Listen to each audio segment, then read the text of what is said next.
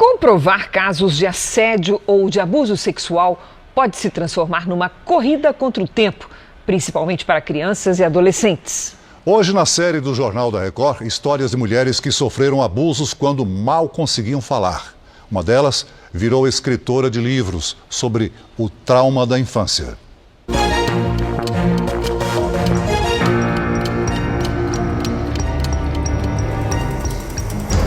Durante muitas décadas, a menina da foto guardou um segredo.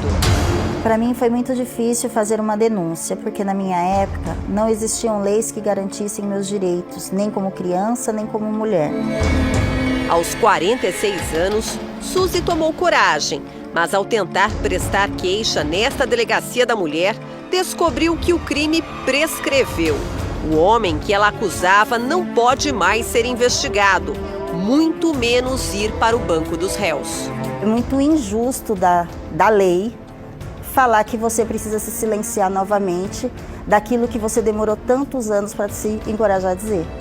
Ao compartilhar memórias tão doloridas com a irmã caçula, Suzy descobriu que o sofrimento não era só dela.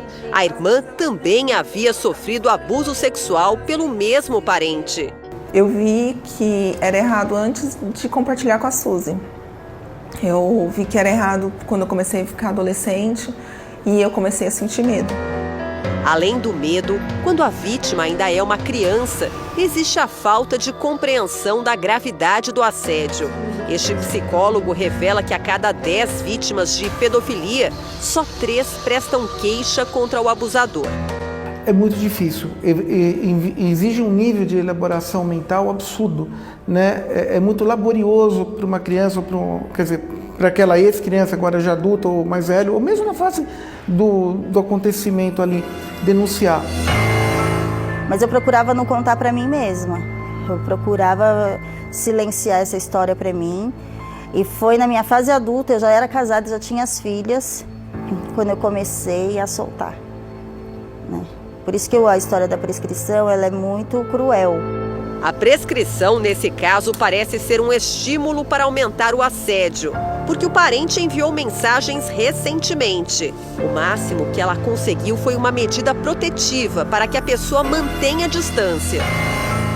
Antigamente, crimes sexuais contra crianças e adolescentes prescreviam em até 20 anos a partir da data do fato. Era como se um cronômetro fosse disparado. Em 2012, uma lei ganhou o nome da ex-nadadora Joana Maranhão, que denunciou os abusos sofridos na infância pelo então treinador. Com a mudança, as queixas passaram a ter valor legal até 2 décadas depois da maioridade das vítimas.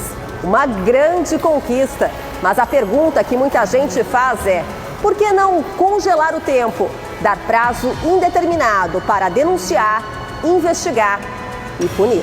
Eu sou muito a favor de que esses crimes não prescrevam nunca, porque todo o processo tem que ser feito no tempo da vítima e pensado para defender a vítima e não as instituições.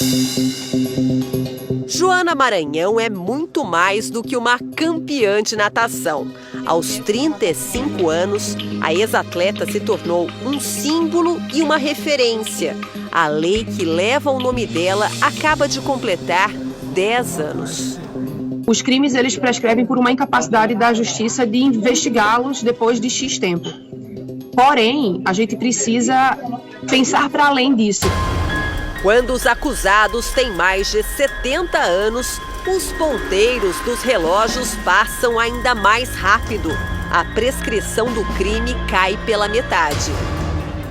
João de Deus tinha 76 anos e muita fama quando as primeiras denúncias de abuso surgiram em 2018. Ana o conheceu em 2006.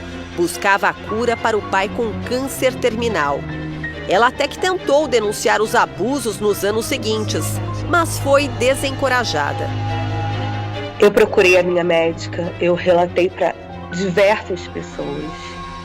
E todas disseram para eu não seguir com a minha denúncia, porque eu estaria ali sozinha contra um homem muito importante. Mesmo com a idade avançada, João de Deus já foi condenado em vários processos a mais de 60 anos de prisão e a pagar algumas indenizações. Mas como no caso de Ana, os prazos expiraram para quase metade das mulheres que o denunciaram.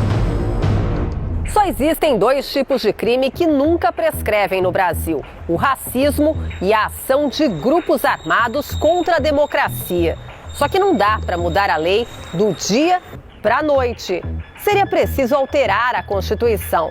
Há 3 anos se debate no Congresso a possibilidade de incluir o estupro e o feminicídio entre aqueles em que o autor pode ser punido sem que a justiça leve em consideração o tempo. Toda vez que algum crime prescreve, o prejuízo é muito grande para a vítima, mas o prejuízo também é muito grande para a sociedade. Porque a partir do momento que uma determinada conduta fica sem punição, ela deixa de ter um caráter inibitório. Quando ela deixa de ter esse caráter inibitório, automaticamente estamos todos sujeitos a uma repetição de comportamento por parte daquele autor. O tempo de Suzy agora é outro. Ela conseguiu encontrar forças para reescrever a própria história. Já publicou 2 livros sobre o enfrentamento à violência sexual.